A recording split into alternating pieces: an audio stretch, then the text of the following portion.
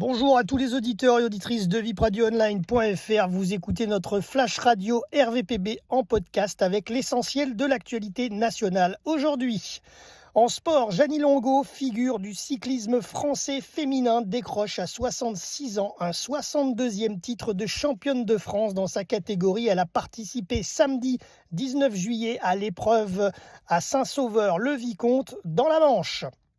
Autre sujet, une première dans le secteur aérien. La compagnie low-cost Transavia de la compagnie Air France KLM permet désormais aux passagers de revendre leurs billets d'avion en cas d'annulation de leur voyage pour motif personnel. La revente peut se faire jusqu'à 1 heure avant le départ depuis l'espace Mont Transavia sur le site de la compagnie. Le passager vendeur pourra récupérer jusqu'à une valeur maximale de 50% du montant total. En tennis, après sa demi-finale à Roland-Garros, la Française Loïse Boisson remporte son premier titre WTA féminin à Hambourg. Elle s'est imposée face à Anna Bondar en 2-7, 7-5, 6-3 en finale et fait son entrée dans le top 50 féminin à la 44e place. En musique, samedi 19 juillet, le célèbre DJ Martin Solveig a annoncé la fin de sa carrière musicale sur scène, 25 ans, avec un dernier set depuis le Festival des Vieilles Charrues en Bretagne.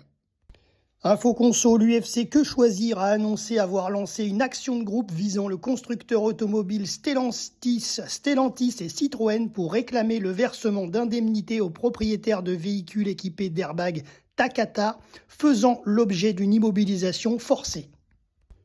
On termine en politique. Des juges d'instruction parisiens ont ordonné le renvoi en correctionnel de la ministre de la Culture Rachida Dati et de l'ex-patron de Renault-Nissan Carlos Ghosn pour corruption et trafic d'influence. Les deux mises en cause contestent les accusations dans ce dossier judiciaire instruit depuis 2019 à Paris. Une première audience est prévue le 29 septembre prochain et doit permettre de fixer la date du procès selon une source judiciaire.